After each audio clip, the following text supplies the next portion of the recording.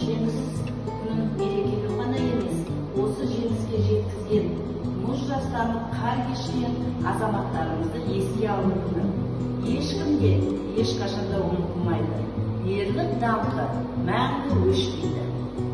Константин Симонов. Жди меня.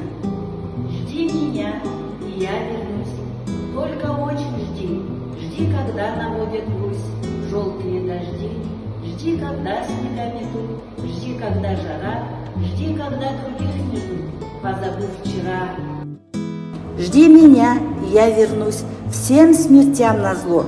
Кто не ждал меня, тот пусть скажет повезло.